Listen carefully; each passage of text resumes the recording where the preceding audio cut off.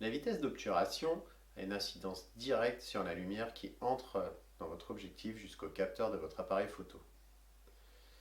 Plus cette vitesse est lente, plus de lumière va pouvoir atteindre le capteur de votre appareil photo, et plus elle sera rapide, cette vitesse d'obturation, moins de lumière atteindra le capteur de votre appareil photo.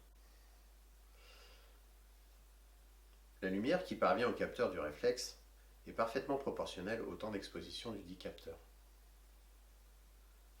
Ça veut dire qu'une photo prise au 1/125e de seconde est 2 fois plus lumineuse qu'une photo prise au 1/250e de seconde. Sur les exemples que vous voyez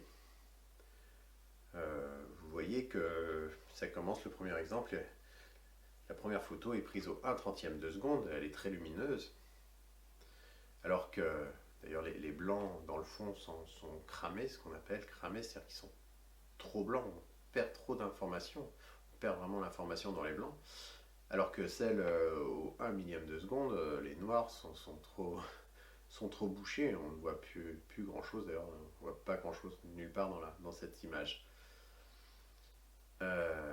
Ces photos, bien entendu, ont été prises avec la même ouverture, et strictement la même ouverture, mais à des vitesses d'obturation différentes.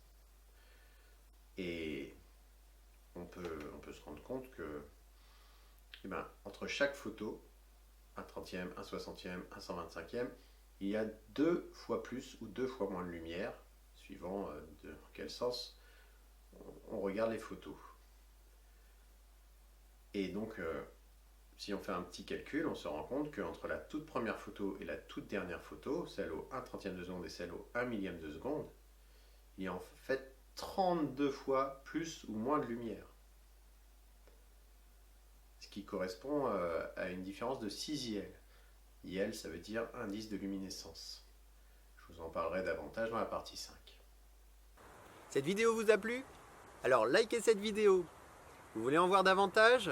Des cours écrits et aussi la possibilité de s'inscrire à des cours en réel?